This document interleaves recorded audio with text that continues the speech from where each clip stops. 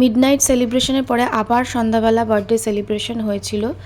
Family, 2 family আর পিসি এরা সবাই এসেছিল। তো তার আগে দেখিয়ে দিই, আমি এই 3টে বই কিনেছিলাম, যদি আগের পার্টটা দেখে থাকেন। ভাগবত গীতাও আছে, আমার খুব শখ ছিল অনেক দিনের পড়ার, তো সেটা নিয়ে নিয়েছি।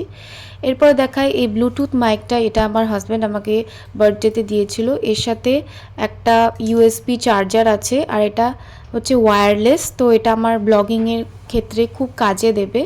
তো এটা আমার খুব পছন্দ হয়েছিল। আর এই গিফটটা দিয়েছিল আমাকে আমার ননদ। আমি এক্সপেক্ট করিনি এত সুন্দর হয়েছিল গিফটটা। এটা হচ্ছে অ্যাঙ্কলেট, এটা আমি পরেও ফেলেছি, খুব সুন্দর।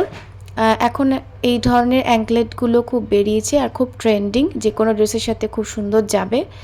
এরপরে টাকাটা বাবাই দিয়েছিল, কারণ আমি কি কিনবো না কিনবো সেটা আমার চয়েস, সেটা তো বাবাই অত বোঝে না, তো টাকাই আমাকে দিয়ে দিয়েছিল, ক্যাশই দিয়ে দিয়েছিল।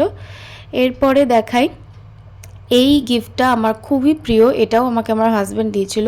আমি ডোরেমনের খুব বড় ফ্যান, এখনও আমি ডোরেমন দেখি।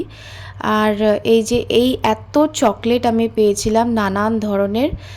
কিটক্যাট আমার খুব ভাল লাগে, আর ডার্ক চকলেট আমি খুব পছন্দ করি। ডার্ক চকলেট আবার হেলথের পক্ষে ভালোও খাওয়াটা, তো সেই কারণে কোকোর পরিমাণ বেশি থাকে, তাই এই এত চকলেট সব আমি পেয়েছিলাম। না না, সবই আমি খাবো না, তাহলে আবার ফ্যাট বেড়ে যাবে।